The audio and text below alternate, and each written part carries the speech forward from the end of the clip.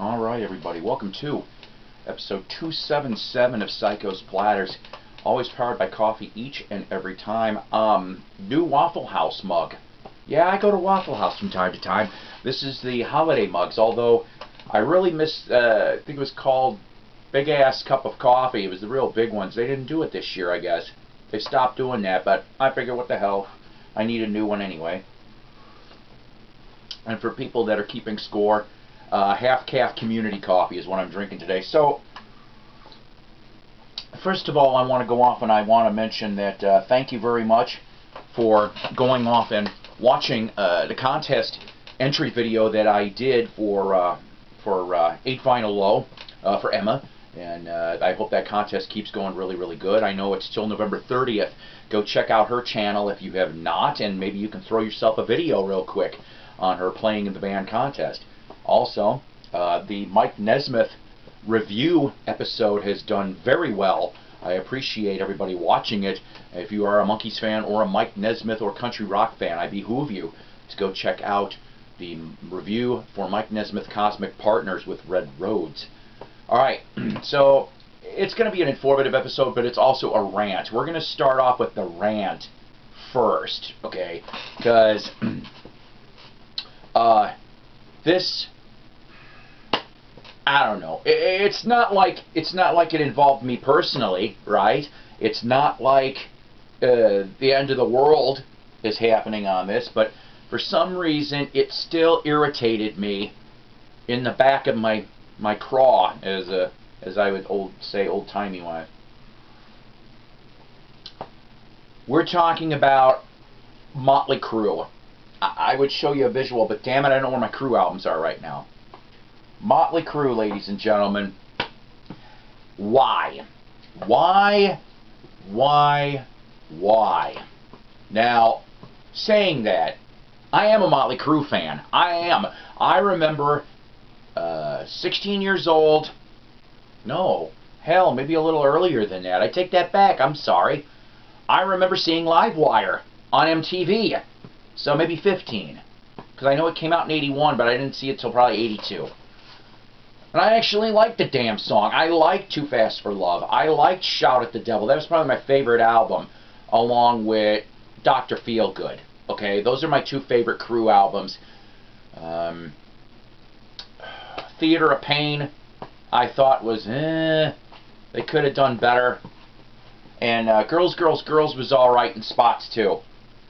And to put a kudo to the John Corabi era, I did like Motley Crue's self-title with I'm on a holiday, hooligans holiday. Yeah, I never said I could sing. So, but I loved that album too, though. And then the last thing that I actually liked was I did like Saints of Los Angeles, parts of that album.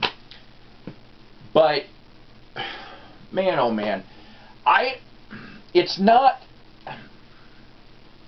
okay.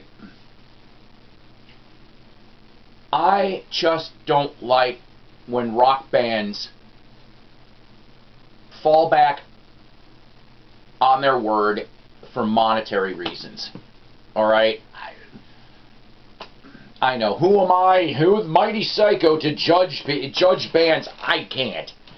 It's just, 2014, they signed that cessation of touring agreement, blah, blah, blah, PR publicity. Go on the 2014-2015 tour, December 31st, 2015 in LA. At the Staples Center was the final concert. Or so everyone thought. You see, I don't know if it's just that they just decided outright, if money, like I said, if money was a great motivator, okay? I'm assuming it is. I'm assuming because did Motley really need to get back together? Now, if you've seen some YouTube videos of Vince singing solo over the last year or so, maybe 2, he's not sounding really good, okay? He actually sounds pretty bad. Some people said in the 2015 tour he didn't sound too good either. The rest of them were doing their job. It was Vince. You know? I'm trying not to knock him, but I've seen some of the videos. I heard some of it, and I got to agree. The rumor has it now that he's back with a vocal coach because there's this 2020 tour coming now. 2020 tour. Motley Crue, Poison. Okay, so Motley Crue and Poison and Def Leppard. And a fourth band. The fourth band, there's two different versions on this. I heard either they're going to go off and it's going to be the fourth band, it's going to be throughout the whole run. And then I've heard rumors about that maybe every 3 to 4 tour dates, it's going to be a different fourth band. Some names have been thrown around. Rat, Tesla, Stryper even. Whoever. Okay? I think it's just in principle. I think bands, like any other artists that have bodies of work and that have been around for a very long time, they like to throw that word farewell tour. You know what I'm talking about. You know what I'm talking about. Yeah, Kiss. That was the first one to my knowledge that it went off and did the farewell tour bullshit. And I went to see him in 2001. I was going to see him anyway, but I really wanted to make sure that I saw him because it was the farewell tour. Well, who knew that behind the scenes that Gene and Paul were like, oh, it's a farewell tour, all right. A farewell to Ace and Peter.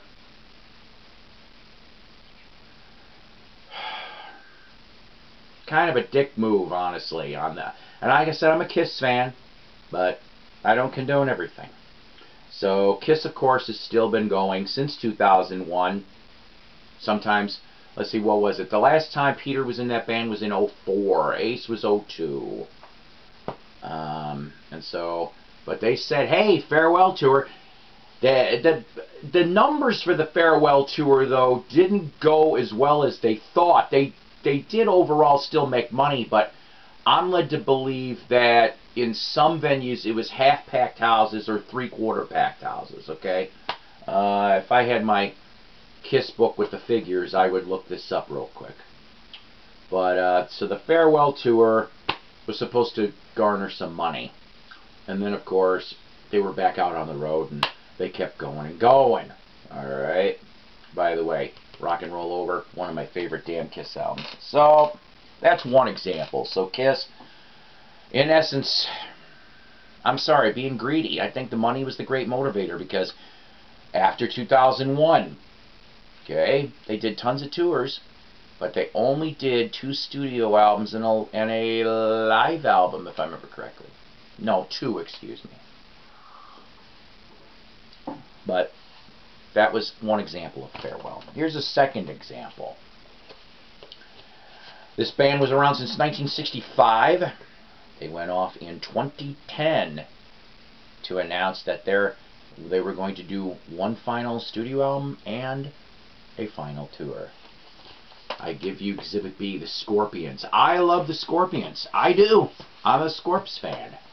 Not all of it, but most of it. I like Entrance, by the way. I like the 70s Scorps. Very underrated stuff, the 70s Scorps are. But that's what they said in 2010, that they were going to go have one final tour and maybe do an itty-bitty amount of recording, and that was going to be the end of it. Well, lo and behold, they did a show in 2012, yeah, but then 2013 they started picking up speed, and they decided against it. Okay, here's the front, here's the back. Remember this lineup? Yeah, with Eula John Roth and all the other fun stuff. And of course, here's my bad impression. I'm Klaus Meine from the Scorpions! Yeah, that's it. And so, Scorpions for another example, alright? So, Motley Crue. Vince is getting a vocal coach. I'm also told that supposedly there was a issue between Vince and Tommy Lee. When is there not? Supposedly that got smoothed over too. That's how come they were able to do this shit.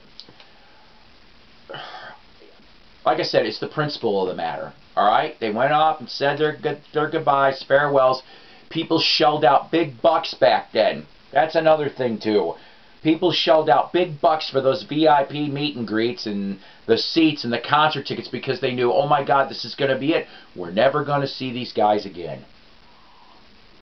On top of Mick Mars' little free tickets if they reunited comment, oops, I didn't mean it. You shouldn't have said it in the first damn place, joke or not. And I know you're probably thinking, Mighty Psycho, what the hell are you bitching about? You don't have to go. You're right. I don't have to go. I personally think that people should vote with their wallets. I am kind of curious to see how this is going to go. I really, really do. I'm not trying to be negative, but I think this could be a partial shit show. I really do. Now, I like Poison. That's maybe the one that got sort of excited for me. Because Poison hasn't been out on the road in a couple years, and I heard they're talking about doing a new record in 2020, which would be awesome. It's been a few years since that. Def Lep, I like Def Lep. I saw him back in '88. I'm a big fan of the 80s stuff, and the early 90s work, too. But I heard they're a little off their game. People, you know, like I said, once again, this is an opinionated piece, all right? That's all this is. This is not gospel according to Psycho. Drop your comments in the comments section. Tell me if I'm sort of right or if I'm way off base on this shit, okay? That's all I'm saying on it. So, I mean, there's that curiosity about going to see if the Crue shows are going to be any good. Maybe if I win a pair. Maybe if I win a pair. I guess that makes me hypocritical. But I'm not going to pay. Okay? I'm not paying. And I already heard they're talking about hundreds of dollars even for nosebleed seats. I'm like, no, I can't do that for anybody. I can't. So, what do you think about the whole Motley Crue thing? Even if you're not a big fan, just the principle of the matter, alright? Put down comments in the box on that down there. Also, though, I do want to throw out some things for you. It is Thanksgiving night that I'm recording this. If you have a Barnes & Noble near you, I'm throwing this out there for you because I got to see the signed editions for Black Friday. They came out a couple days early. I am not sure why. I tried to ask. Nobody could give me a straight answer. And but there is signed books from Debbie Harry, Mary Wilson from the Supremes, Liz Phair. Who else? Could have sworn there was a fourth one. There's about 4 music books. Oh, Flea from the Chili Peppers. Those are the 4 I remember, okay? There's also other sports stuff. John Cena, if you're a wrestling guy like I am, he's got a signed kids book. Various people. So, Barnes & Noble, if you're a member, you'll get 10% off the prices. That's like one of the few times that you pay full price for the books if you're not a member, okay? Instead of it being like 20 or 30% off. Also, tomorrow's Record Store Day. Yep, Record Store Day. Am I going? No. I'd like to, but my funds are killing me.